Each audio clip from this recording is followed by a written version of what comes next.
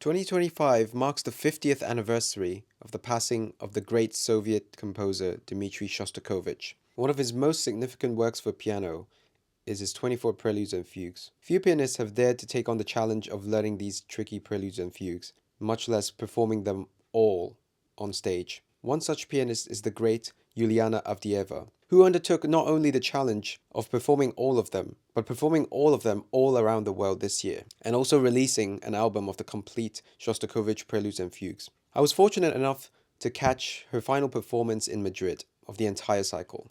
Before the concert, I was able to talk to her and ask her a few questions about this grand undertaking. Stick around until the end to find out what Juliana's favorite prelude and fugue is. So I just wanted to start by asking how did you come up with this project of playing all 24 of Shostakovich's Prelude and Fugues? At what point did you come up with this idea? Well, it was actually the Gewandhaus in Leipzig, which invited me for the major Shostakovich festival, which they organized in May this year, as 2025 marks 50 years since Shostakovich's passing, and the Gewandhaus Orchestra did a great Shostakovich festival featuring all symphonies. So Andris Nelsons was conducting all symphonies. I think Anna Rakitina was doing two of the 15. They were presenting an enormous program, also including quartets, chamber music, of course, the concertos, and I think also the opera. However, they invited me. I was very honored about that, to perform the 24 Preludes and Fugues. And of course, in the beginning, I was a little scared because it's a very, it's a demanding cycle. And of course, it also takes a real time for the preparation because it's because of several things. Of course, first, because of the size of the cycle. It's, let's say, it's around 2.5 hours music only. So it's with the interval, it's like 3 hours performance. And for me, it was indeed the first experience of playing the programs of this length. I mean, because normally we have our recital programs like, 2 hours with the intermission, but this is like much longer. And on the other hand, I was extremely excited because, of course, Shostakovich's 24 Preludes and Fugues, in a way, are probably one of the most, in my opinion, one of the most significant cycles in this genre, of course, as well, because, it was, and for me, also something very unique in Shostakovich's work. And I was very motivated, and I started working on them. Of course, partially, I didn't start to practice them all at the same time. So I picked the hardest ones first, including the G sharp minor, because I played the entire cycle through for me, as far as I could, and then I picked the most difficult ones, and that's how I started. And then I was, including one by one, and then finally, I got all 24. And did you know any of Shostakovich's works before? Of course. I mean, it's funny enough that my personal first encounter with Shostakovich music was a very uplifting one, because he composed these beautiful doll dances, actually for his son, which are kids' pieces, right? So they're simple, and I was, I think, 5, 6 years old. That was one of my first pieces I ever played on the piano. And these pieces, like lyrical waltz or the waltz scherzo or polka, they're very elegant. They're all in a very, very beautiful mood. So for me, Shostakovich as a kid was something very, very, very beautiful, and I enjoyed it very much. But of course, later on, I discovered his symphonies, and also as a teenager, I played some chamber music, like first and second piano trio, and so that I realized that this uplifting mood, which I have discovered for me as a kid, that was actually a very rare occasion in Shostakovich's life and music. But still, even when I talk about this F major lyrical waltz, I love it. So such a beautiful melody, this elegance. Yeah, so this is a very ambivalent let's say, yeah, picture of vision of Shostakovich music in myself. But you didn't have a lot of encounter with the Prelude and Fugue specifically, because I know that I your professor did actually Konstantin Sherbakov, right? He recorded complete Prelude and Fugue, so I was just wondering if you had any encounter before this project. I have heard only once in my life, indeed, the Opus 87 complete in a concert. That was Konstantin Sherbakov playing it in Zurich. And I remember that I was literally with some fugues or some, let's say, melodies. It's difficult. Well, there are some motifs.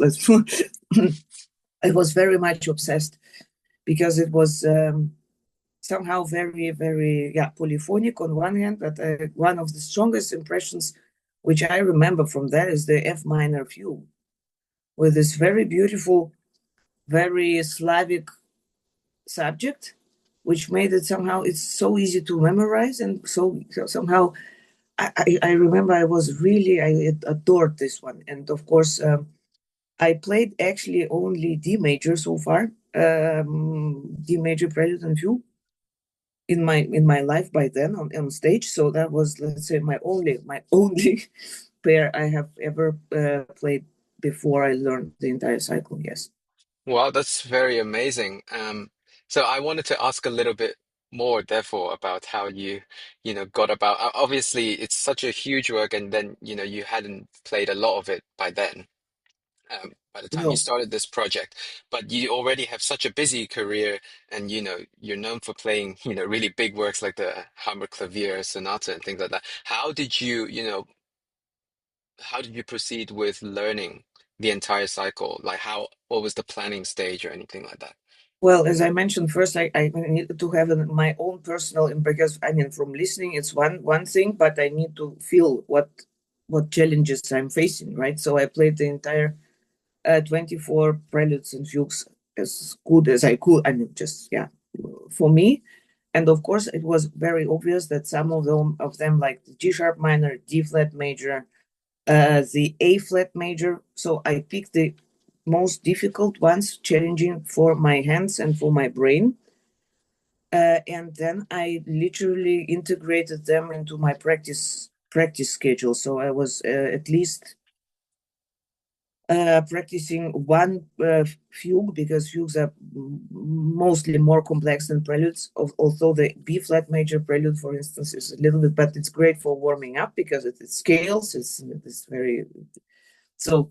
I try to integrate singular preludes or fugues into my daily practice. So sometimes I would kind of warm up with that.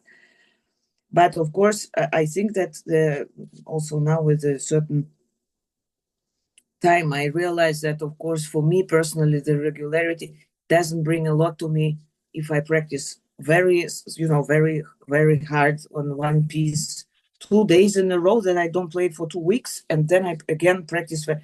I need this constant timing, so that I at least a little bit, but I'm working. Sometimes, if I wouldn't have so much time, I would only focus on some spots, like for instance in G sharp minor prelude, I would only practice, let's say, first 4 pages, because then it somehow I can improve these small things, and then later on I can add the rest. And yes, of course, with the time, I had to practice. It took me less time to practice these heavy ones because it was more in my hands. So I could add one more and one more and one more. And I have to say that for me, also one of the newest experiences in my practice routine was how to achieve or how do I practice, let's say, the stamina, that I have enough energy for the entire cycle, because it's, as I said, it's a long one. How do I keep the concentration? Because it's 3 hours, is, well, 2.5 hours with intermission. It's a lot. And then I started to play them through, and quite actually on a quite early stage. So I was not really ready with them yet, but I was giving me some evenings where I would just say, okay, now I play them from the very first note till the very last, with intermission after 12. short intermission, but that I literally recognize how it feels like to be in a performance mode for a long time. And I don't recall exactly how many times I played it at my home or somewhere. I think at least 7 or 8, so that I could realize, okay, this is probably the place where the energy is going a little bit down. Here, I need to be more, careful with the concentration, and here I have to. So this was a great learning process, because it felt, after also in other programs I have played later on, it felt that I have another condition, especially brain condition, but also physical condition, because many of the, let's, for instance, of course, the D minor, the last one, is very also physically a demanding piece, but also B flat major. So let's say the second half going to an end, it still requires a great deal of concentration. So I'm very grateful for this entire learning process as well, because it showed me a lot also about maybe how to practice more efficient, how to also work on the other maybe the things I have never thought before, like exactly what I'm saying, like the condition for a longer period of time. So I think it was a very enriching experience for me. Yeah, it's very interesting to see how strategic you have to be, and how analytical you have to be with not just learning but also the process of playing them all as a whole. So I just wonder, the first time you played, in performance, did it feel very different to how you ran through? Actually, not. That was very positive thing, actually, because I played it for the first time, and it felt absolutely. I mean, the feeling was already very familiar. So I think I made my last run through like 5 days before the first concert, so I could still, work on some details. But basically, no surprises happened, which was already a very good thing, because with the new pieces, very often it happens that some things on stage, they just work differently than how you expect them to work. That's why all first performances are always a little bit more, let's say, exciting than maybe all other ones, because yeah, it's just a little bit terra incognita. But it didn't no there were no major surprises, of course, here and that. But basically, I was happy, because it felt like my preparation was correct for myself, which was a very relieving feeling, because, as I said, I didn't have this kind of experiences before. That's amazing to hear because, as performers, we also have to take that leap of faith, even however much we prepared and I'm very glad to hear that it has this strategy has worked for you. And about the how audiences reacted, were you, nervous about how people would receive this complete cycle? Because Shostakovich can be very intense as well. Uh, so were you, at some point surprised at how the audience reacted, or perhaps you thought that, there is something about the music that is not as accessible to the common listener? I think that if the member of the audience decide to attend this kind of program, they basically they are prepared. Even, I mean, maybe they don't know the works, from inside out, but they know exactly that this has nothing to do with a regular recital program or something like this. That this will require concentration. This will require also, to sit for such a long time is also a challenge. So, to keep sitting. So, however, I respect every single member of the audience, which I could, let's say, reach with this project, because I understand that it's a little bit scary to to go to a concert with a program like this. And I mean, basically, Preludes and Fugues is something as a genre that people are a little bit distant with, because I think that we all think that it's a kind of archaic dry, emotionally dry genre, which is not very, emotionally connecting or something. It's more like a structure, it's like math. But I think that already Bach proved that this is not quite also within this with strict frame. You can be achieve that as well, because they are so different. They are different at 84 pieces. They are so different in characters. Of course, some pairs, preludes and fugues, are more similar, but some are very contrasting. So you are basically facing a absolutely a great kaleidoscope of different sides of personality of Dmitri Shostakovich. This is what I think was also for me a great discovery, that this is, in my opinion, one of his most personal cycles, or basically pieces of his personal works. Maybe because it was not a commissioned work, because he composed it out of his own intention, of his inspiration, after he visited Leipzig in 1950 at the Bach's anniversary and heard Nikolaeva playing well-tempered clavier. But basically, how brilliant this idea, and also a kind of self-confident he must have been, because there are not many composers who dared after Bach to compose music, especially old, like a cycle, 24 preludes and fugues. But Shostakovich did, and he did it in his own way. And I think that once the audience was there, I was always so thankful, because it was such a concentrated, wonderful audience. I also performed it in different parts of the world, including the NCPA in Peking, in Beijing, and some people were sitting with score. It was a great, very big interest to this recital. I performed it in Tokyo. I performed it in Londandia Festival in Canada, and of course in Europe. So indeed, in very different parts of the world, and I'm very grateful that I was able to share this music with people who were saying that they are so happy that now they also have a new vision of music of Dmitri Shostakovich, because they learned these other sides of him. That's amazing to hear, because it's encouraging to see that there are so many people willing to engage with Yes, the more complicated music. yes, it is. And I think it's interesting that you say Shostakovich, this is not normally the side we see of Shostakovich as well. It's interesting that for um for his more personal things, he turns to more Baroque forms as well, rather than, being the provocateur that he has always been known to be. I think there is a reason for that. Maybe because he was trying to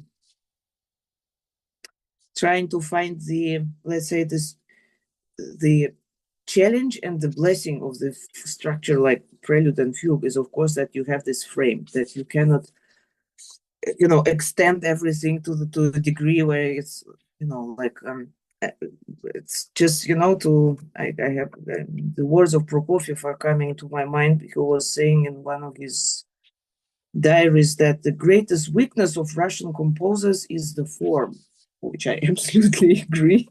That that was before Shostakovich was already adult composer. He was saying that Russian composers have such a emotional pressure that they cannot keep it in the right form. That it always grows, like in Rachmaninoff's, Tchaikovsky's music. It's a wonderful music, but comparing to the let's say German forms like Beethoven forms or Schumann forms, it always so unstructured. It's sometimes it's so long, and I think maybe that was also Shostakovich's idea, to try to keep it as precise as he could, and he succeeded, I think, because we have so many different sides of his soul there. We have also this very joyful, this very playful, very careless music, and some preludes, some fugues. We have this very cold, very painful, very dramatic, tragic pieces as well. But we have also, these uplifting moments, maybe very also some joking moments. And I think this is what makes this cycle also so special. It's not only this massive, grand, cold, distant Shostakovich we know mostly from the symphonies. It's also something very warm and very touching in his music in this cycle. Yeah, and I love what you said about form because that reminds me also of the literature of Russian literature is also, you get these grand novels and things like that. So it's Books like this, yeah. mostly, yes. Yeah, I do love them. Yes, of course, I also love. It's not about. There's geniuses as well, but they have a strength in other things. Let's say in the power of the expression rather than in a formal way, like other authors from different parts of Europe maybe would be. Yeah, and I do think it's interesting because I read that for Shostakovich, some of his favorite authors include Chekhov and Gogol, who are not so much, into the big forms like Dostoevsky or Tolstoy. So I wonder perhaps there might be something Exactly. to do with that. I wanted, as we close the interview, to ask whether, being Russian, being immersed in the school that Shostakovich, the same kind of tradition that Shostakovich also came from, and not being too far from it as well. Do you think that makes a difference to how you interpret Shostakovich or, how you understand his music? I think that basically music has no borders. So I don't. I of course some things probably are easier. Maybe first of all because of the language, because I think that the music is very much connected with the language which the composers were speaking. Because the music, let's say, it transfers the melody of the language. Hear it actually in every music, I think, so far. So I think this can be, let's say, a benefit. Of course, also I was mentioning the F minor fugue before. It's a very Slavic because it's a natural minor scale. So the knowing of this, let's say, not knowing, but yeah, also having experienced some kind of Orthodox singing or basically folk singing. This is very much, especially the second part of the cycle is more. If the first is closer to some Baroque traditions, like G major is a fugue, is a jig, or G sharp minor prelude is a passacaglia, so Baroque forms. So the further the time goes from Shostakovich visit to Leipzig, somehow he moves more away from, let's say, from the Baroque and goes back to his roots, let's say. However, even if it's of kind of, let's say, benefit, I'm still convinced that that this is not the most important, let's say, point in an interpretation. So because there are so many amazing Keith Jarrett, for instance, this is a fantastic recording of Preludes and Fugues. Just an example from a completely different field. I mean, not even from the classical field in its very formal way, right? So I think it's the interview. You can get the inspiration. You can get a little bit. Let's say you have to. I mean, I have to dive into the how should I say environment of the composer, because, for instance, now I'm learning Bartok's third piano concerto, and straight after number one, let's say Hungarian language is not unfortunately the language I'm able to speak or understand, but nevertheless somehow I try to get into this melodic melodic language, so that of course I read some things about Hungary, about Bartok. I listen to the recordings. For instance, Geza Anda is one of my absolute favorite performers of Bartok. So you can try to, and you should, I think, as an interpreter, it's like an actor. I think it's basically this part of the work is a little bit similar like the actor work, because good actors, they're always trying to live into the character of the protagonist they are going to perform, right? So I think this is a little bit similar. I don't have to be a superhero but if I have to act it, I have to feel like I'm a superhero. So that's how it. I think that's how it works, right? That's amazing. Very interesting. I'm just gonna close off by asking you a few one-worded questions about, the cycle itself. So, which prelude and fugue is your favorite? No chance. I now I love everything. I had some pairs which were not so easily accessible for me as some others, but now I love every single note. And when I have to make a selection, it's always such a tragedy because I cannot just pick some. So I love every note. Okay. Which is the most difficult for you? There are quite many. To be honest, I think again in every single one I can find a spot which always breaks my head. So, but in general, let's say the G sharp minor is very heavy, D flat major is heavy, but also things like B flat minor, for instance, which is slow and it's the longest fugue from the cycle, for the concentration and for the sound, very difficult. So there are difficult parts of types of challenges in everyone. There is at least one. Of course, of course. And which one would you recommend to someone who's never heard any of them?